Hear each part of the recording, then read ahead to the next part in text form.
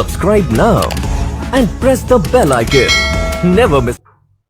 Hello students, a very good afternoon everyone. तो स्वागत है एक बार फिर से आप सभी का महंद्राज के ऑफिशियल यूट्यूब चैनल पर। आज की क्लास में हम क्वेश्चन आंसर नहीं करने वाले, हम एक बहुत ही इंटरेस्टिंग टॉपिक के बारे में पढ़ने वाले हैं और वो जो हमारा टॉपिक है वो है बैड बैंक। ये क्या है ये बैड बैंक? क्या बुरा बैंक होता है? बैड का मतलब तो होता है बुरा, तो क्या बुरा बैंक भी होता है कोई? बिल्कुल नहीं। इसका नाम बैड बैंक है बट काम इसके बड़े अच्छे हैं, है ना। नाम तो इसका बैड बैंक है बट ये काम बहुत ही अच्छे करता है। हम लोग क्या पढ़ेंगे? What's good about bad bank. नाम इसका बैड बैंक है बट इसकी अच्छाई क्या है उसके बारे में हम पढ़ेंगे, ठीक है। तो बैड बैंक को पढ़ने से पहले हम लोग पढ़ लेते हैं कि बैंक एक्चुअल में होता क्या है और बैंक क्या काम करता है। तो अगर मैं आप लोगों से पूछूं व्हाट इज अ बैंक, तो आप सभी लोग मुझे एक ही आंसर बताओगे। Bank is a financial institution that accepts deposit and grants loan. यही बताते हैं ना आप लोग। बैंक एक फाइनेंशियल इंस्टीट्यूशन है जो डिपॉजिट को एक्सेप्ट करता है और लोन ग्रांट करता है, but as per the banking regulation act, है ना। बैंकिंग रेगुलेशन एक्ट को फॉलो करते हुए जो भी इंस्टीट्यूशन ये काम करता है वो क्या होता है? बैंक। अब चलिए थोड़ा बैंक का जो हमारी एक कहानी है, जो बैंक की एक टेक्निक है उसको समझते हैं, है ना, कि बैंक किस तरीके से वर्क करता है। ये क्या है? आपको दिख रहा है बैंक है ना, ये आपको दिख रहा है बैंक है। यहाँ पर बैंक हमारे पास एक ऑफर लेकर आया। बैंक ने हमसे कहा कि हमारे पास क्या करो, 100 रुपए डिपॉजिट करो, ठीक है। बैंक ने हमसे कहा कि हमारे पास 100 रुपए डिपॉजिट करो, उसके बदले में हम क्या करेंगे? आपको 105 रुपए देंगे, ठीक है। बैंक ने क्या कहा कि मेरे पास 100 रुपए डिपॉजिट करो, उसके बदले में हम 105 रुपए देंगे। यहाँ पर देखिए 100 रुपए आप डिपॉजिट कर रहे हो और बदले में बैंक क्या करेगा? आपको 105 रुपए देगा। तो हमने सोचा, पूरा कैलकुलेशन किया और फिर हमने सोचा कि इससे हमें थोड़ा प्रॉफिट हो रहा है, 5 रुपए का ही फायदा हो रहा है, बट हो तो रहा है ना, फ्री का तो हम 1 रुपए नहीं छोड़ते, यहाँ तो 5 रुपए मिल रहा है, ठीक है। हमने एग्री कर लिया और बैंक को हमने 100 रुपए दे दिया और हमने कहा चलो ठीक है, बदले में हमें 105 रुपए दे देना। अब देखिए बैंक हमें जो ये 5 रुपए देगा, ये 5 रुपए देने के लिए बैंक को कहीं से तो अर्न करना पड़ेगा ना, तभी तो बैंक हमें वो 5 रुपए देगा।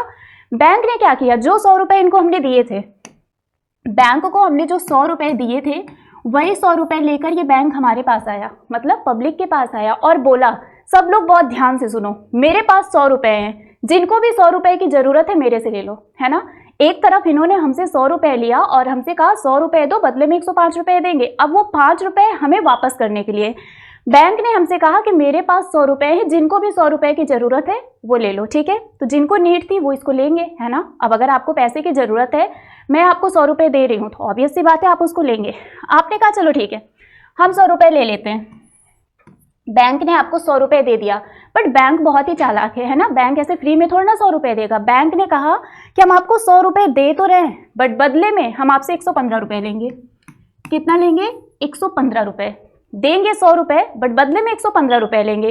तो उस टाइम आपको नीड थी, जब किसी को जरूरत होती है ना, तो उस टाइम कितना भी वो महंगा हो तो वो ले लेता है। तो आपने कहा चलो ठीक है 15 रुपए की बात है, तब तक शायद मेरे पास पैसा हो जाए, हम आपको 115 रुपए दे देंगे। एग्रीमेंट हो गया बैंक और आपके बीच में। बैंक से आपने 100 रुपए लिया और बदले में आपने कहा कि चलो ठीक है हम 115 रुपए आपको दे देंगे। अभी क्या है? 115 रुपए में से 115 रुपए में से जो 5 रुपए बैंक ने हमें देने के लिए कहा था वो बैंक ने क्या किया? हमें दे दिया, ठीक है। 115 में से 5 रुपए बैंक ने हमें दे दिया, जो 100 डिपॉजिट करने पे 105 दे रहा था। बचा कितना? 10 रुपए। मतलब कुछ ना करके भी हमारा ही पैसा हमसे लेके हमें वापस करके बैंक को फिर भी 10 रुपए का प्रॉफिट हुआ, है ना। बैंक को 10 रुपए का प्रॉफिट हो गया क्योंकि बैंक ने हमसे लिया था 100 रुपए और फिर उसके बदले में इन्होंने कहा था कि हम 105 रुपए देंगे और इस 5 रुपए को अर्न करने के लिए बैंक ने 100 रुपए हमें दिया और उसके बदले में हमसे लिया 115 रुपए। इस 115 का 5 रुपए इन्होंने हमें दे दिया, बचा 10 रुपए। मतलब कुछ ना करके भी बैंक को 10 रुपए का प्रॉफिट हो गया। तो इसी तरीके से बैंक का पूरा बिजनेस चलता है ना। बैंक हमसे पैसा लेता है, हम ही को देता है और खुद प्रॉफिट अर्न करता है। अच्छा बिजनेस है ना। अब से हम लोग भी यही करेंगे। बट यहाँ पर एक ट्विस्ट है जिसकी वजह से हमारा बैड बैंक बना है। यहाँ पर इन्होंने कहा था कि हम आपसे 115 रुपए लेंगे, आपने कहा ठीक है हम 115 रुपए देंगे। बैंक ने कहा गारंटी क्या है? आप हमसे 100 रुपए लोगे, हम तो दे रहे हैं, बट क्या गारंटी है कि आप हमें 115 रुपए वापस दोगे? तो वहां पर बैंक हमसे लेता है सिक्योरिटी। क्या लेता है? सिक्योरिटी। मतलब सिक्योरिटी वो आपका कुछ भी हो सकता है, जो सिक्योरिटी का मतलब जो हम गिरवी रखते हैं। तो यहाँ पर बैंक ने हमसे क्या लिया? सिक्योरिटी। अब देखिए थोड़ा पूरा कॉन्सेप्ट समझते हैं, एक्चुअल में ये हुआ क्या। ये हम लोग हैं, ठीक है, और पहला कंडीशन क्या था? बैंक बैंक ने कहा था मेरे पास 100 रुपए डिपॉजिट करो, 100 रुपए हमें दो, उसके बदले में हम 105 रुपए देंगे। वो क्या था? डिपॉजिट। हमने वो पैसा क्या किया था? डिपॉजिट किया था। जो हम लोग बैंक में डिपॉजिट करते हैं, 100 रुपए हमारा डिपॉजिट अमाउंट था और जो 5 रुपए था वो डिपॉजिट पर मिलने वाला इंटरेस्ट था। बैंक का फंक्शन क्या है? To accept deposit and to grant loan. जो 100 रुपए हमने दिया था और उस पर जो हमें 5 रुपए मिला था वो डिपॉजिट और इंटरेस्ट था। दूसरा क्या था? जो 100 रुपए बैंक ने हमें दिया था, है ना, वो क्या था? लोन। और उसके बदले में जो 115 रुपए हमने बैंक को दिया था वो क्या था? प्रिंसिपल प्लस इंटरेस्ट, मतलब लोन पे लगने वाला इंटरेस्ट। तो ये क्या था? लोन। मतलब जो कहानी अभी हम समझ रहे थे एक्चुअल में वो था क्या? वो था डिपॉजिट और लोन, है ना। बैंक डिपॉजिट एक्सेप्ट करता है, लोन ग्रांट करता है, यही बैंक का प्राइमरी फंक्शन है। अब देखिए, सिक्योरिटी हमने दिया था, है ना, लोन हमने लिया, सिक्योरिटी हमने दिया। अगर कोई भी अमाउंट, जो लोन अमाउंट है वो कंटिन्यू 90 डेज तक, है ना, कॉन्टिन्यूस 90 डेज तक अगर वो रिपे नहीं होती है, लगातार 3 महीने तक आपने उस अमाउंट को रिपे नहीं किया, तो वो बन जाता है हमारा एनपीए। क्या बन जाता है? एनपीए, जिसको हम बोलते हैं नॉन परफॉर्मिंग एसेट। मतलब जो लोन होता है वो बैंकों के लिए एसेट होता है, जब तक वो इनकम जनरेट करके दे रहा है तब तक वो परफॉर्मिंग एसेट है। अगर उस एसेट ने इनकम जनरेट करना बंद कर दिया तो वो कहलाता है हमारा non performing asset. When someone is not able to pay back the loan interest and the principal, the outstanding loan becomes an NPA. और यहीं से कहानी शुरू होती है किसकी? बैड बैंक की। हमारे इंडिया में जो हमारे बैड लोन्स होते हैं, जो एनपीए होते हैं, उसको रिकवर करने के लिए एसेट रिकंस्ट्रक्शन कंपनी बनाई गई है। क्या बनाई गई है? एसेट रिकंस्ट्रक्शन कंपनी, जो बैंकों से या जो भी फाइनेंशियल इंस्टीट्यूशंस होते हैं उनसे क्या करती है? उनके बैड लोन को, उनके एनपीए को खरीदती है, फिर उसको सेल करती है और बैंकों को उनके लॉस से रिकवर कराती है।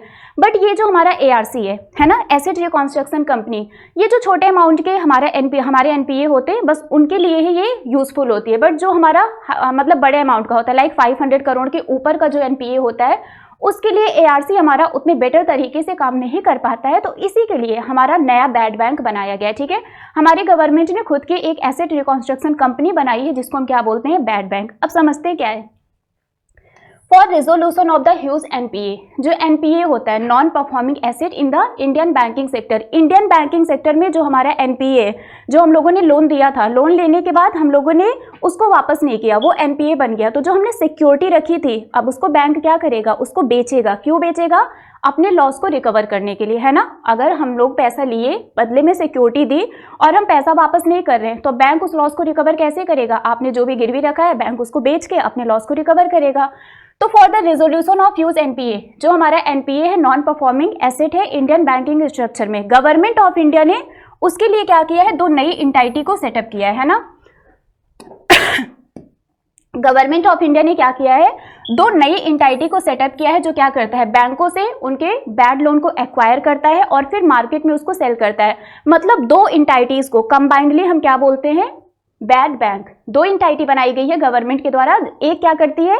बैंकों से उनके बैड लोन को खरीदती है और दूसरा मार्केट में उसको सेल करती है, और उसी को हम क्या बोलते हैं? Bad bank. और वो जो दोनों एंटिटी हैं उनका नाम है एनएआरसीएल और आईडीआरसीएल। एनएआरसीएल और आईडीआरसीएल को हम क्या बोलते हैं? बैड बैंक बोलते हैं। ये आपका national asset reconstruction company limited है और ये आपका India debt resolution company limited है। ठीक है, सो एनएआरसीएल और आईडीआरसीएल, इन्हीं दोनों को हम कंबाइनली क्या बोलते हैं? बैड बैंक बोलते हैं। ये क्या करती है?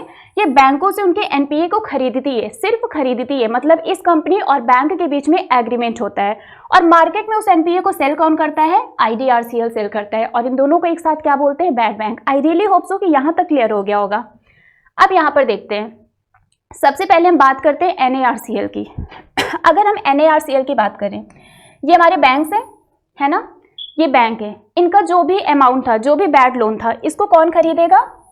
एनएआरसीएल खरीदेगा। ठीक है, या फिर सिंपल लैंग्वेज में समझे, जो बैड बैंक है, बैड बैंक ने क्या किया? इनके एनपीए को खरीदा। अब ये एग्रीमेंट कैसे होता है? देखिए, ये जो बैड बैंक है, सबसे पहले हम बात करते हैं एनएआरसीएल की। जो एनएआरसीएल है, ये क्या करेगा? ये बैंकों से इनके एनपीए को खरीदेगा। अब अगर कोई चीज हम खरीद रहे हैं तो हमें पैसा भी तो देना पड़ेगा। बैंक ने कहा तुम हमारा बैड लोन ले तो रहे हो, बट कुछ पैसा तो दो। तो यहाँ पर ये पूरा पैसा इनको नहीं देते हैं। ये कितना देंगे? 15% देंगे कैश के फॉर्म में, है ना। जैसे अगर 100 करोड़ है इनका एनपीए, तो इस 100 करोड़ का 15% इनको कैश के फॉर्म में मिलेगा। बाकी जो रिमेनिंग हमारा 85% है वो आपका सिक्योरिटी रिसिप्ट के फॉर्म में होता है। ठीक है, दूसरा हमारा सिक्योरिटी रिसिप्ट के फॉर्म में होता है और 15% इनको कैश के फॉर्म में मिल जाएगा। मतलब एनएआरसीएल और बैंकों के बीच में एक एग्रीमेंट हुआ। NARCL ने इनके NPA को खरीद लिया और 15% कैश दे दिया और बोला जो रिमेनिंग 85% है वो हम इस NPA को सेल करने के बाद क्या करेंगे, वापस करेंगे। क्लियर हो गया? चलिए आगे देखते हैं। ये पूरी हमारी कहानी है। अगर ये चार्ट आपको समझ में आ गया तो बैड बैंक का पूरा फंक्शन आपको समझ में आ जाएगा। ये हमारा कॉमर्शियल बैंक है, ठीक है। ये क्या है? कॉमर्शियल बैंक है। गुड एसेट मतलब जब तक इनकम वापस आ रहा था तब तक क्या था, जब तक एसेट इनकम जनरेट कर रहा था तब तक वो गुड एसेट था। अब उस एसेट ने इनकम जनरेट करना बंद कर दिया, अब वो क्या बन गया? NPA बन गया। मतलब कंटिन्यू 90 डेज तक वो लोन वापस नहीं आया तो वो NPA बन गया, उसके बाद वो NPA बनता ही गया, ठीक है। और इसी को हम क्या बोलते हैं? बैड लोन बोलते हैं। अब देखिए ये जो NARCL है ना, NARCL ने क्या किया, इन्होंने जो भी बैंक थे उनसे एक एग्रीमेंट साइन किया और इसको इन्होंने क्या किया? खरीद लिया। किससे?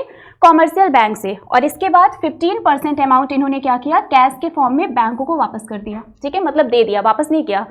इन्होंने इनसे इनका बैड लोन खरीदा, किसने? NARCL ने। और ये जो पैसा ये देते हैं इसको गवर्नमेंट ऑफ इंडिया फंड करती है बैड बैंक को, ठीक है। तो उसमें से 15% अमाउंट इन्होंने क्या किया? कैश के फॉर्म में बैंक को दे दिया। यहाँ तक इनके बीच में एग्रीमेंट हो गया। एग्रीमेंट मतलब कि कब तक इसको सेल करना है, कितना अमाउंट देना है, ये सारी चीजें। इसके बाद क्या होता है?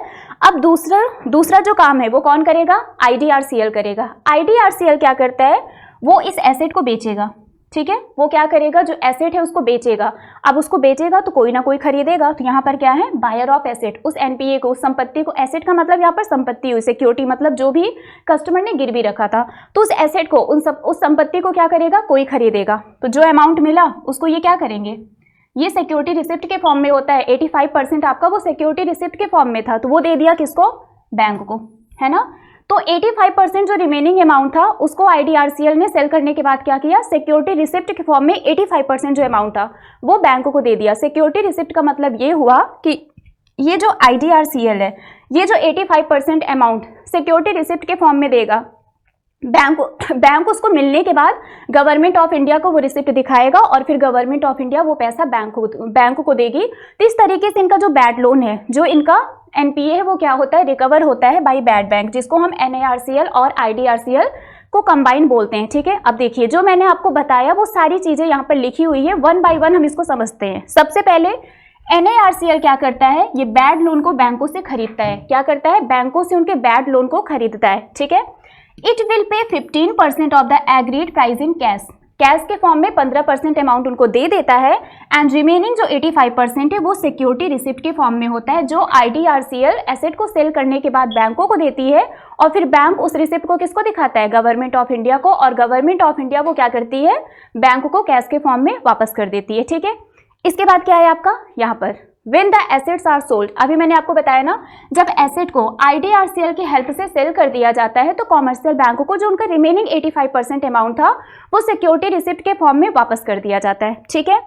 But if the bad bank is unable to sell the bad loan, अब क्वेश्चन यहाँ पर ये बनता है कि जो NPA था, बैंकों ने पहले बहुत ट्राई किया होगा ना उसको सेल करने के लिए, बैंक से जब नहीं सेल हुआ तब उनको बैड बैंक की जरूरत पड़ी। अब बैड बैंक उसको सेल कर रहा है, बट अगर बैड बैंक भी उस प्रॉपर्टी को नहीं सेल कर पा रहा है तो वहां पर क्या होगा? तो वहां पर जो गवर्नमेंट गारंटी है वो इन्वोक हो जाती है। मतलब गवर्नमेंट बोलती है कि अगर बैड बैंक आपके उस लॉस को रिकवर नहीं करा पा रही है तो हम क्या करेंगे?